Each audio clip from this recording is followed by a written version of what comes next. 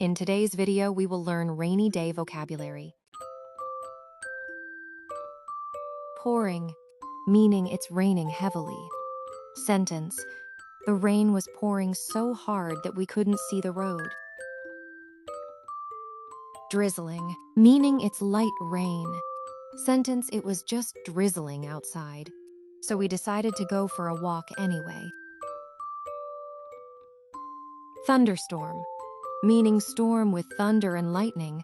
Sentence: there was a huge thunderstorm last night and the power went out twice. Shower, meaning a brief period of rain. Sentence: we got caught in a quick shower on our way home, but it stopped after 5 minutes. Puddle, meaning a small pool of rainwater. Sentence: the kids were laughing and splashing in every puddle after the rain. Drenched, meaning completely wet. Sentence: I forgot my umbrella and came home totally drenched.